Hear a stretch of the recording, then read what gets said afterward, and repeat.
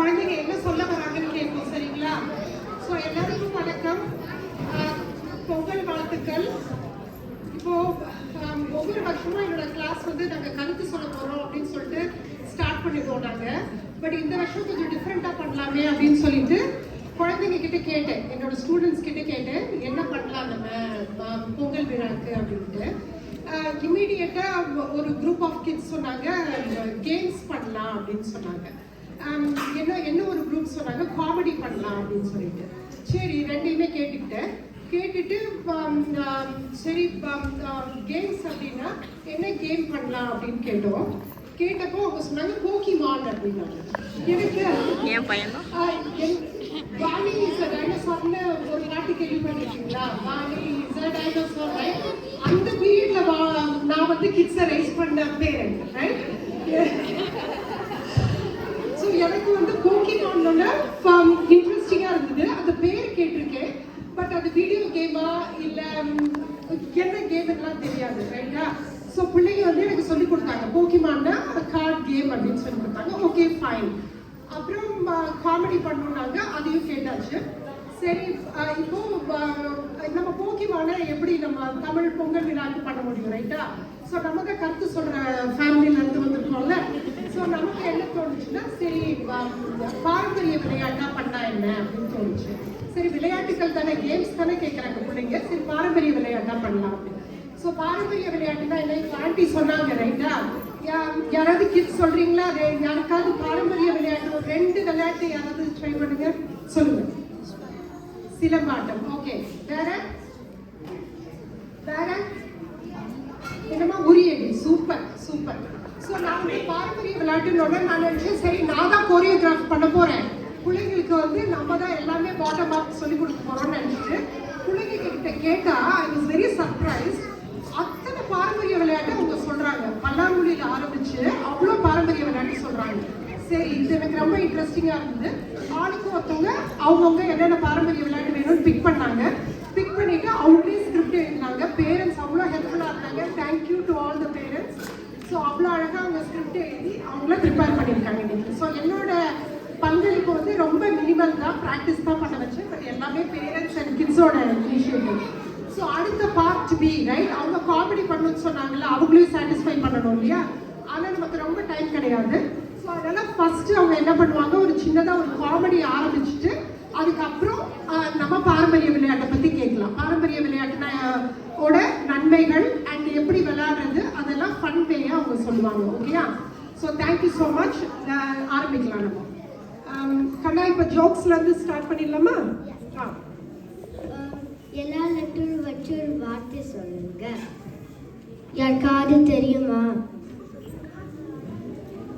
எல்லா லெட்டரும் வச்சு ஒரு வார்த்தை சொல்லுங்கன்னு சொல்லுவாங்க.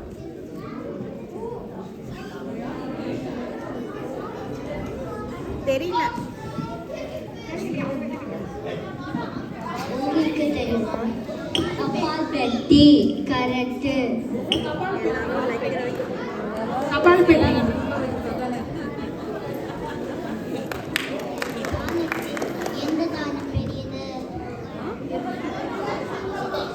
தானத்தில் எந்த தானம் பெரியது?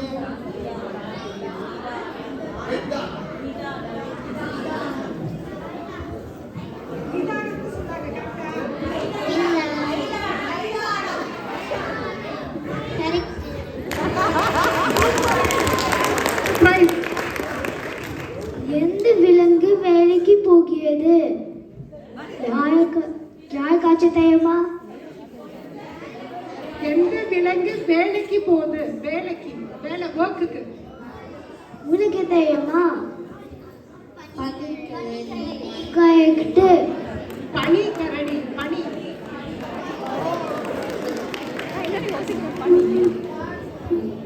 நாம் பயணம் செய்ய முடியாத பஸ் எது? யாருக்காவது தெரியுமா? பயணம் செய்ய முடியாத பஸ்.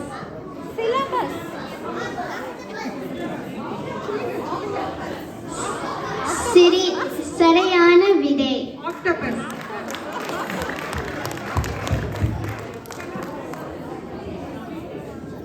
தண்ணியே இல்லாத கடல் எங்க இருக்கு? அது தெரியுமா? கரெக்ட்.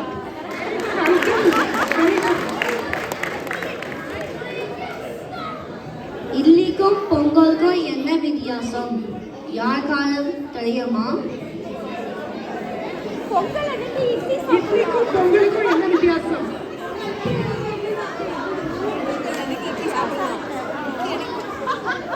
உங்களுக்கு யாராச்சும் தெரியுமா? தெரியாது. சரியான விதை வந்து பொங்கலுக்கு லீவ் விடுவாங்க, அங்க இட்லிக்கு லீவ் விட மாட்டாங்க. Super, thank you. எல்லாரும் இன்ட்ராக்ட் பண்ணதுக்கு தேங்க்யூ. என்னோட ஸ்டூடெண்ட்ஸ் வந்து நானும் ஒரு ஜோக் சொல்லணும்னு சொல்லியிருக்காங்க, சரியா? ஸோ நானும் என்னோட பார்ட்டில் ஒன்று சொல்லிக்கிறேன்.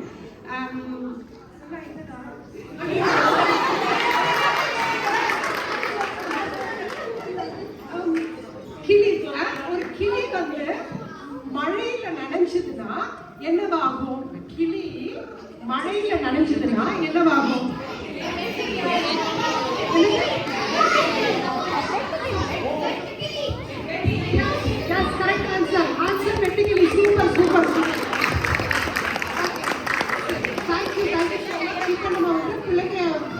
பாரம்பரிய விளையாட்டை பத்தி பேசுவாங்க, அதை கொஞ்சம் லிசன் பண்ணலாம். Thank you very much.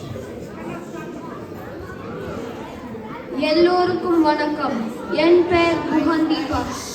அமைதி ப்ளீஸ். இன்னைக்கு நான் பாரம்பரிய விளையாட்டை பற்றி பேச போகிறேன்.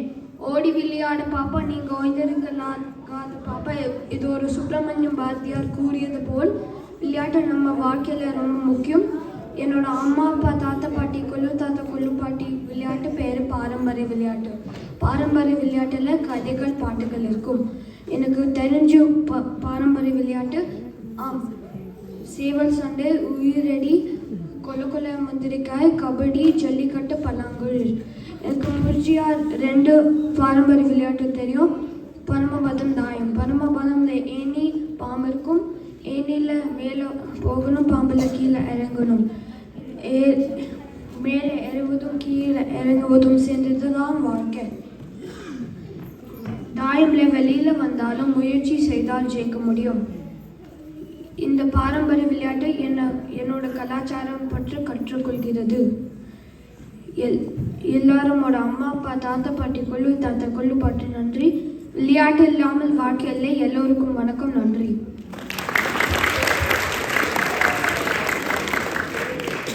வணக்கம், என் பேர் ஹாசினி. இன்னைக்கு நான் உரியடி பற்றி பேச போகிறேன். உரியடி தமிழர் பாரம்பரிய விளையாட்டுகளில் ஒன்று. கிருஷ்ண ஜெயந்தி என்றாலே உரியடி நிச்சயமாக இருக்கும். அது உங்களுக்கு தெரியுமா? 2 பெரிய குச்சிகள் நடுவில் கையை கட்டி ஒரு பானையை தொங்குறாங்க. அந்த பானையில் என்ன இருக்கும் தெரியுமா? இனிப்பு, மிட்டாய், காசு, அது மாதிரி சுவாரஸ்யமாக பொருட்கள்லாம் உள்ள இருக்கும். இங்கே பின்னாட்டா விளையாட்டிருக்கீங்களா? பின்னாட்டால் அந்த குச்சியை வச்சு பின்னாட்டா அடித்து உலக பொருசெல்லாம் எடுக்கலாமா? அதே மாதிரி உரியடியில் குச்சியை வச்சு பானையை அடித்து உலக மிட்டாய்க்கெல்லாம் எடுக்கலாம். ஆனால் அது சின்ன ட்விஸ்ட் இருக்குது. அது என்னன்னா, பின்னாட்டால் கண்ணை திறந்துவே பின்னாட்டாவை அடிக்கலாம். ஆனால் உரியடியில் கண்ணை துணி வச்சு கட்டிட்டு அடிக்கணும். அதுதான் சுவாரஸ்யமாக இருக்கும். எது எங்கே இருக்குதுன்னு தெரியாது. எல்லாரும் கண்ணு மூடித்தனமாக அடிப்பாங்க. ஊரே சிரிப்போடு கழுகழுப்பாக இருக்கும். நண்பர்கள் கத்தி உங்களை பாதையை கொழுப்புவாங்க. முதல்ல பயமாக இருக்கும், என்னால் அடிக்க முடியுமான சந்தேகம் வரும். ஆனால் முயற்சி செய்ய பாருங்கள், வெற்றியை மகிழ்ச்சியாக அனுபவிப்பீங்க. இதுதான் உரியடி. சின்ன விளையாட்டு, பெரிய மகிழ்ச்சி. வணக்கம், என் பேர் ஸ்ரீனிகா. நான் 3ஆம் வகுப்பு படிக்கிறேன். இன்னைக்கு நான் சேவல் சண்டை பற்றி பேச போகிறேன். சேவல் சண்டை ஒரு தமிழ் பாரம்பரிய விளையாட்டு. அது 11 வருடம்க்கு விளையாடியிருக்காங்க. சேவல் சண்டை தமிழ்நாடு, இந்தியா, ஏஷியா, யூரோப்லாம் விளையாடுவாங்க. சேவல் சண்டை எப்படி விளையாடணும்னா, 2 சேவல்கள் இருப்பாங்க. அந்த 2 சேவல்கள் காலை ஒட்டி கட்டியிருப்பாங்க. ஜெயிக்கிற சேவலுக்கு பரிசு கொடுப்பாங்க. சேவல் சண்டையை ராஜா காலம்லேருந்து இன்றைய தமிழ் சினிமாங்களில் சேவல் சண்டையை பார்க்கலாம். சேவல் சண்டை ஒரு பொழுதுபோக்கு விளையாட்டு. நன்றி, வணக்கம். வணக்கம், என் பேர் கிருத்விக். நான் ஜல்லிக்கட்டு பற்றி பேச போகிறேன். ஜல்லிக்கட்டு தமிழர்களின் பாரம்பரிய விளையாட்டு ஒன்று. இது பொங்கல் பண்டிகைக்கு முக்கியமானது. இந்த விளையாட்டை ஏழுவதின் வலிமையை பார்க்கலாம். இந்த மாடுகள் ஓட வீரங்கள் அதை அடக்கும் முயற்சி பார்கள். மாட்டின் கொம்பில் பைசு கட்டப்பட்டும். இந்த விளையாட்டு நாட்டு மாடுகளை பாதுகாக்க உதவும். தமிழர்களின் வீரத்தை வெளிக்காட்டும். ஜல்லிக்கட்டு தமிழர்களின் மரபு மற்றும் பெருமை.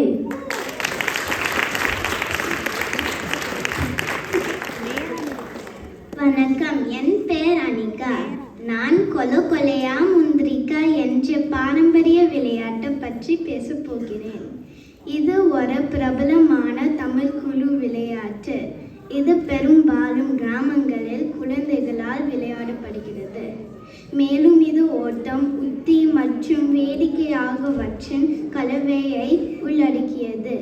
இது எவ்வாறு விளையாடப்படுகிறது என்றால், குழந்தைகள் வட்டமாக உட்கார்ந்து கொள்ள ஒருவர் மற்றும் கையில் துண்டுடன் கொலையா முந்திரிக்கா நிறைய சுத்திவா கொள்ளையடிச்சவன் எங்கிருக்கான் கூட்டத்தில் இருப்பான் கண்டபிடி பச்சை அரிசை தின்பேன் பல்லே உடைப்பேன் ஊட்ட மேலே ஏறுவேன் காலை உடைப்பேன் டும் டும் துப்பாக்கி போலீஸ்காரன் பொண்டாட்டி 5 ரூபாய் தக்காளி அழகுன தக்காளி அம்மாவாசை அடப்புல தோசை என்ற பாட்டை பாடி சுற்றி வர அதற்கு போட்டியாக உட்கார்ந்து இருப்போர் பாட்டு முடியும் போது ஓடுவர். உட்கார்ந்து இருப்பவரில் ஒருவர் பின்னால் துண்டை போட்டுவிட்டு ஓட அவர் அந்த துண்டை எடுத்துக்கொண்டு போட்டவரை துரத்த பிடிபட்டால் அவுட்.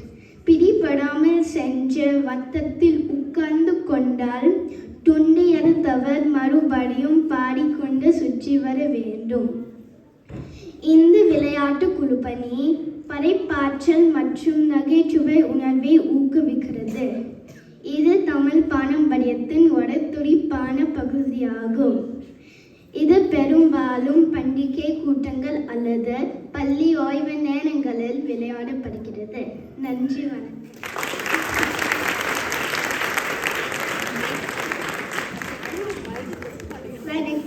என் பேர் ஈஷா. நான் பலாங்குடி பற்றி பேச போறேன். பலாங்குடி ஒரு பாரம்பரிய விளையாட்டு. இந்த விளையாட்டு ராஜா காலத்திலிருந்து விளையாடுவாங்க. மரப்பலகையில புளியங்கொட்டை வைத்து விளையாடுவாங்க. இந்த விளையாட்டு விளையாடினா கணக்கும் கைத்திறமையும் மற்றும் கவனிப்பு திறம் நல்லா வரும். 16 புலி இருக்கும்.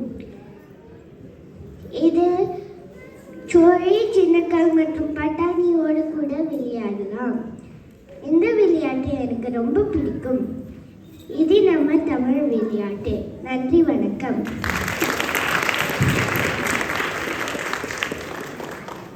வணக்கம், என் பெயர் அனிருத். நான் இன்னைக்கு தமிழர்களின் பாரம்பரிய விளையாட்டு கபடி பற்றி பேச போகிறேன். கபடி 4000 ஆண்டுகளுக்கு மேலாக விளையாடப்படுகிறது. வெற்றியும் தோல்வியும் வீரனுக்கு அழகு. முரட்டுத்தனமான நம் வீரத்தை விளையாட்டாகவும் சொல்லி தந்தவர்கள் நம் முன்னோர்கள். அப்படிப்பட்ட விளையாட்டு தான் கபடி. கபடி சதுகுடு என்று பெயராலும் அழைக்கப்படுகிறது. கபடி ஏசியா கண்டத்தில் பல நாடுகளில் விளையாடப்படுகிறது. கபடி தமிழ்நாட்டின் மாநில விளையாட்டு. கபடி எப்படி விளையாடத்தோன்னு சொல்லவா? கபடி கபடி கபடி கபடி கபடி கபடி கபடி கபடி பாதி வர நீயோ பிடி தில்லிருந்தா நின்று பிடி தம்பிருந்தா அமுக்கி பிடி 7 பேரு நாங்கதா கோட்டை தாண்டி வாங்கதா தொட்டு கொஞ்சம் பாருடா திரும்பி போக மாட்டாதா கபடி கபடி கபடி கபடி கபடி கபடி கபடி கபடி தொலைய தட்டி ரைடு போ ஆளை தொட்டு பாய்த்தது வெளியே வந்து மூச்சது அதக்கவும் முடியாதுதா எங்களாம் ஜெயிக்கவும் முடியாதுதா அதக்கவும் முடியாதுதா எங்களாம் ஜெயிக்கவும் முடியாதுதா கபடி தமிழர்களின் அடையாளம் கபடி தமிழர்களின் கலாச்சாரம் கபடி தமிழர்களின் வீர விளையாட்டு நன்றி வணக்கம்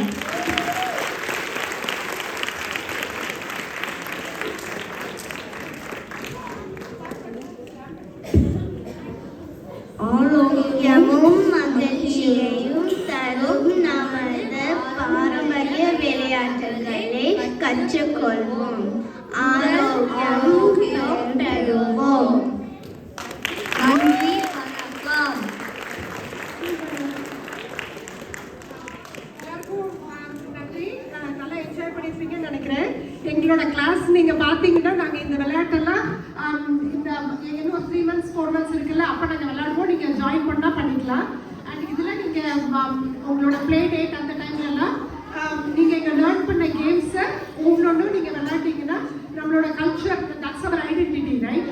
ஸோ நம்ம கல்ச்சரை நம்ம பாதுகாக்கலாம். சரியா? இப்போ கிட்ஸ் அவங்களே அவங்க பேரை இன்ட்ரடியூஸ் பண்ணாங்க. குஹன் வணக்கம் சொல்லுங்க.